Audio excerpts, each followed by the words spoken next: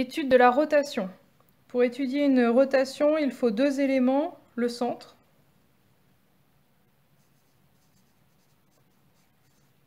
Alors le centre, c'est un point, c'est le point autour duquel on tourne. Donc là, j'ai le point A, ici j'ai le point A'. On voit qu'on a tourné autour de ce point O. Donc ici, le centre, c'est le point O.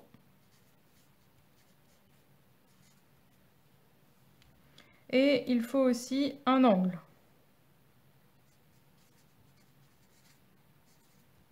Alors, de combien on a tourné? Autour du point O. Autrement dit, on veut la mesure de l'angle AOA'.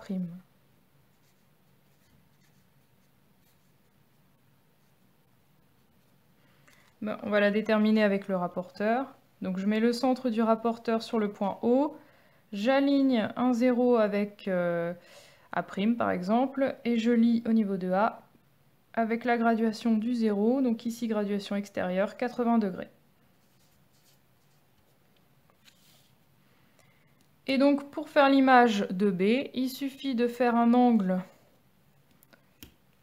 BOB' de 80 degrés. Alors d'abord je vais tracer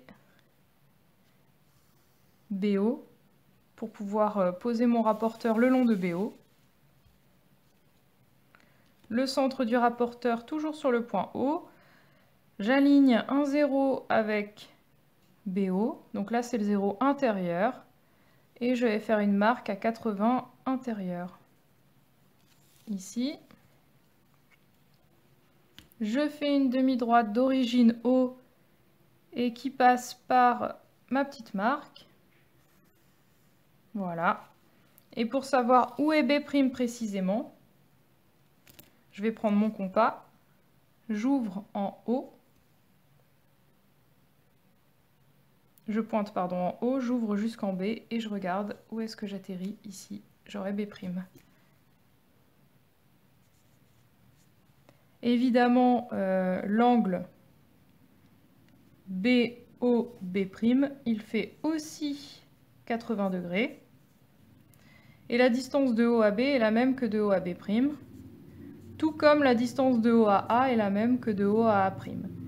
L'image du segment BA, ce sera le segment B'A. Donc je le trace.